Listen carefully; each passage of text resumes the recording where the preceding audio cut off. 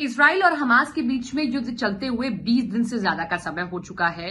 हम देख रहे हैं कि दोनों ही कम पड़ते नजर नहीं आ रहे, बल्कि युद्ध तो और आक्रामक होता जा रहा है। ऐसे में जहां अमेरिका इजराइल का खुद का साथ दे रहा है, इन सबके बीच में अब एंट्री उत्तर कोरिया के शासक किम जोंग उन की भी हो गई है। और ये बहुत खतरनाक हो सकता है, क्योंकि हम सब जानते हैं कि अमेरिका की ओर से किस तरीके से किम जोंग उन को लेकर कहा जाता है कि समय समय पर वो ऐसी चीजें करते हैं जिससे पूरी दुनिया को परेशानी हो सकती है। और इस युद्ध में हमास अगर वो साथ दे रहे हैं तो वाकई ये एक बड़ी मुश्किल इजराइल के लिए है। हालांकि आधिकारिक तौर पर कोई चीज सामने नहीं आई, बल्कि 2 हफ्ते पहले जब ये बात उठी थी तब भी किम जोंग उन की ओर से कहा गया था, उत्तर कोरिया की ओर से कहा गया था कि महज अफवाह है जो कि अमेरिका की ओर से उड़ाई गई है।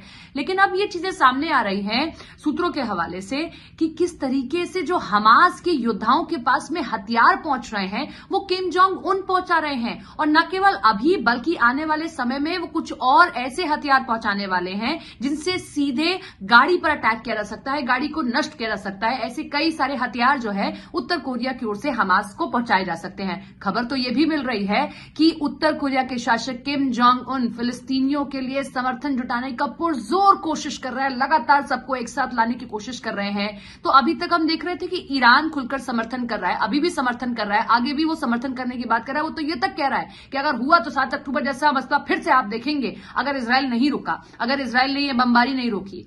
लेकिन किम जोंग उनका हमास के साथ आना, हमास का खुलकर समर्थन करना या फिर हमास को हथियार पहुंचा देना, ये इजराइल के लिए एक बड़ी मुश्किल हो सकती है।